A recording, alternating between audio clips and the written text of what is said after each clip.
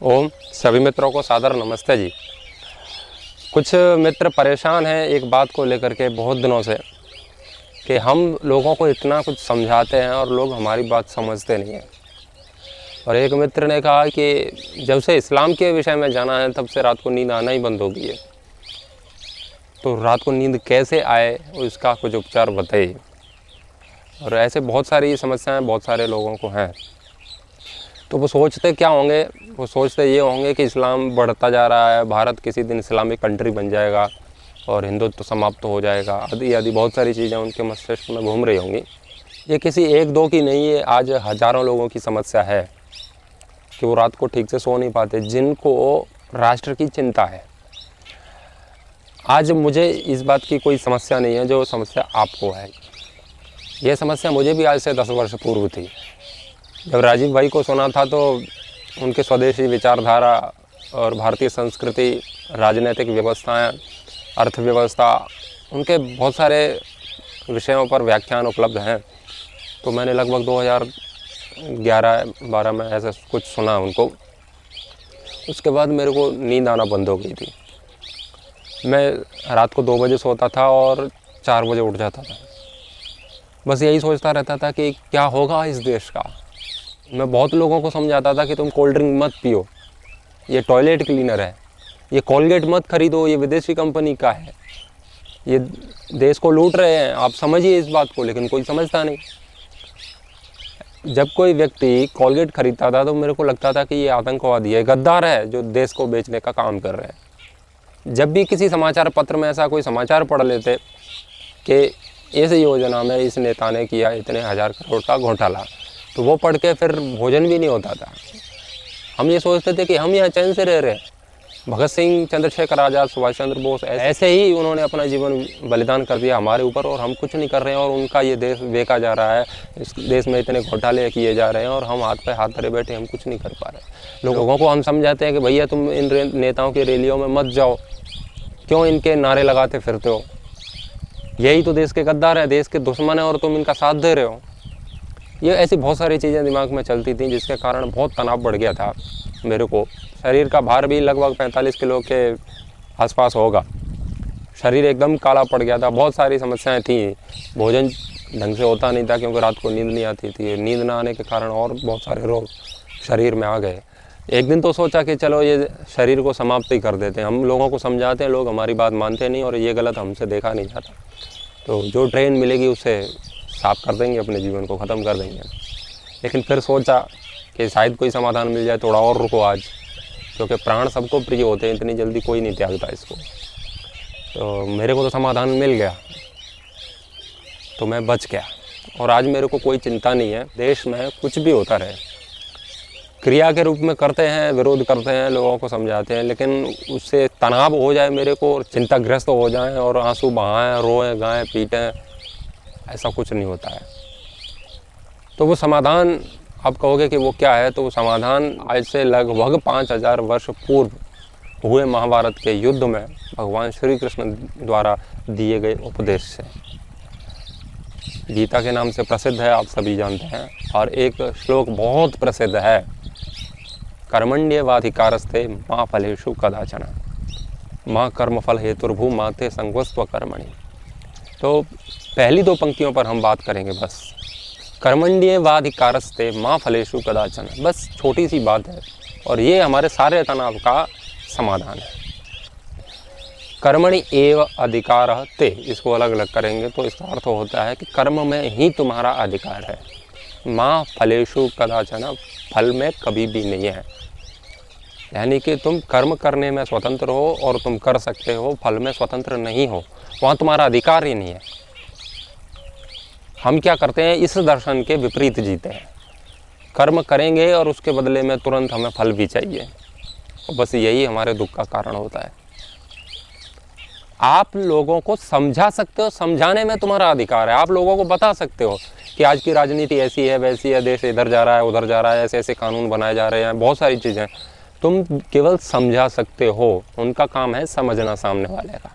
अब वो अपना काम करते हैं कि नहीं करते हैं, उससे तुम्हें कोई लेना देना नहीं होना चाहिए। जो कार्य तुम्हारा है ही नहीं उसके लिए तुम क्यों चिंतित होते हो। तुम्हारा दायित्व तो है, तुम्हें सेवा करनी है तो तुम सेवा करो, लोगों को समझाओ, जागरूक करो, क्रांति लाने का पूरा प्रयास करो, वो आप कर सकते हो। बस अब होगा क्या उससे, ये तुम्हारा काम नहीं है। लोगों को समझाओ बस। अब वो समझें ना समझें, वो उनका कार्य है, और वो अपने कार्य को नहीं करते तो उसमें हम क्यों चिंतित हों। मान लीजिए आप किसी सड़क पर जा रहे हैं, आसपास कोई वाहन नहीं दिख रहा, इतने में एक गाड़ी आती है, तो गाड़ी को आप कैसे रोकते हो? आपका कार्य क्या है? सबसे पहले आपका कार्य था हाथ का संकेत देना, आपने हाथ का संकेत दे दिया, आप अपना कार्य पूरा कर चुके हैं। अब उसका काम है गाड़ी रोकना, या जो उसके अंदर मनुष्यता हो और अनुकूलता हो, वो आपकी सहायता करना चाहता हो नहीं चाहता हो, ये वो जाने। तो वो गाड़ी रोकना, उसके ब्रेक मारना, एक्सीलेटर कम करना, ये सब कुछ करना उसका काम है, वो तुम्हारा नहीं है।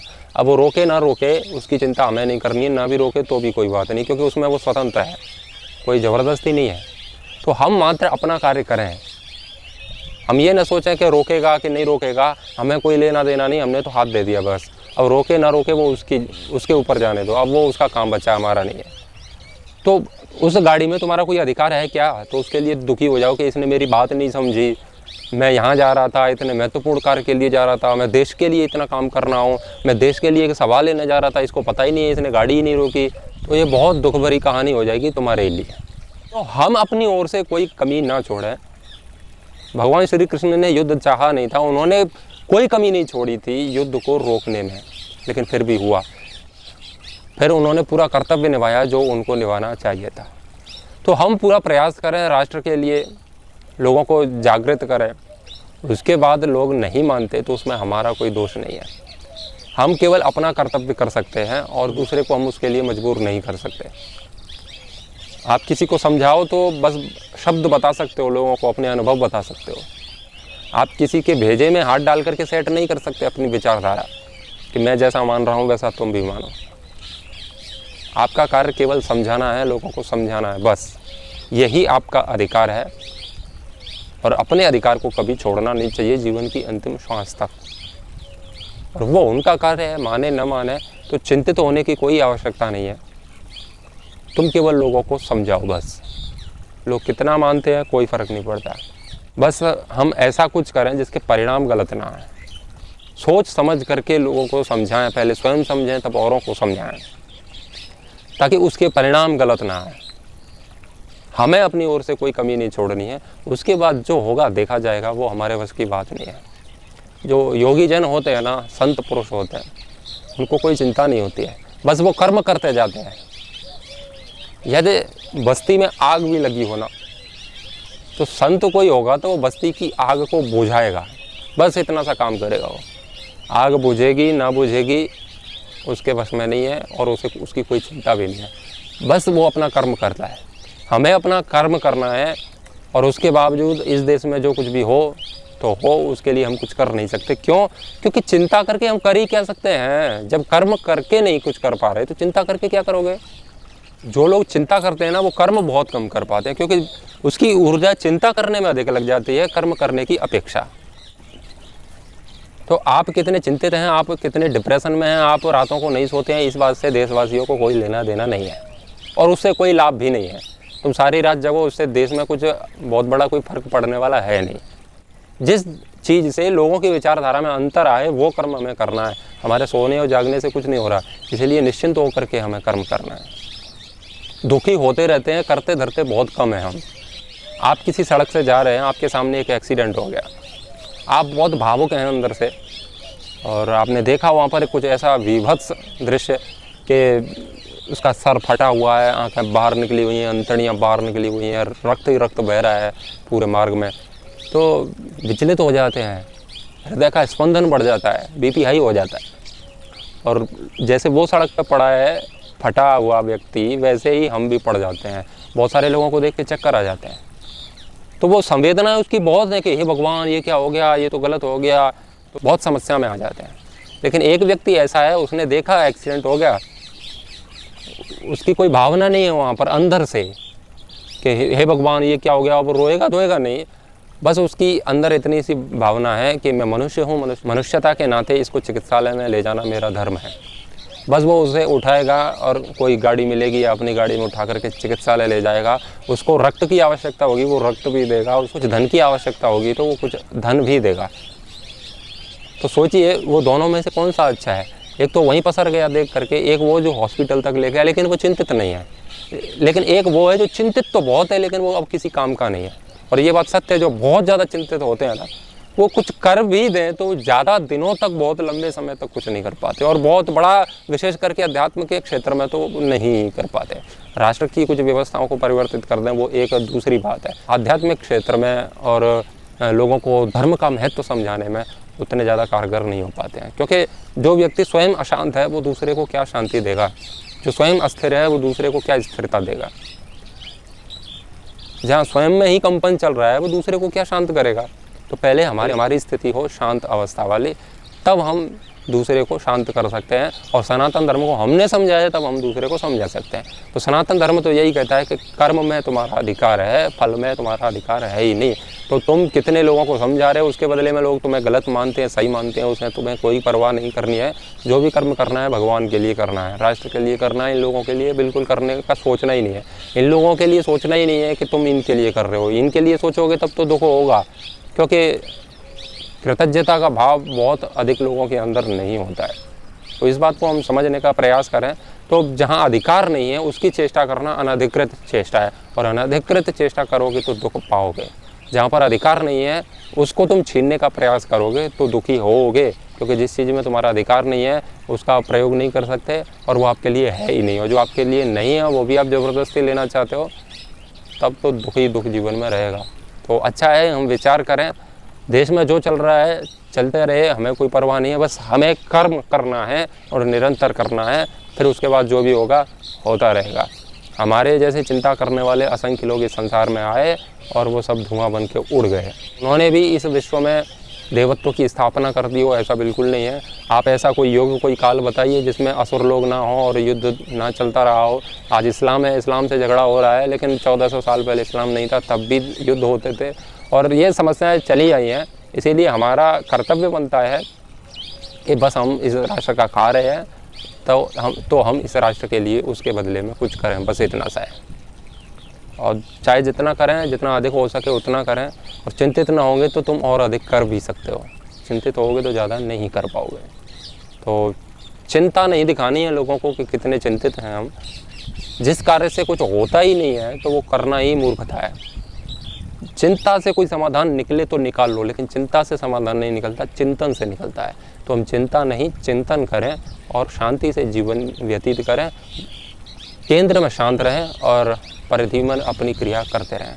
समुद्र अंदर से शांत होता है लेकिन किनारे पर बड़ी बड़ी ऊंची ऊंची लहरें उसमें से उठती रहती हैं।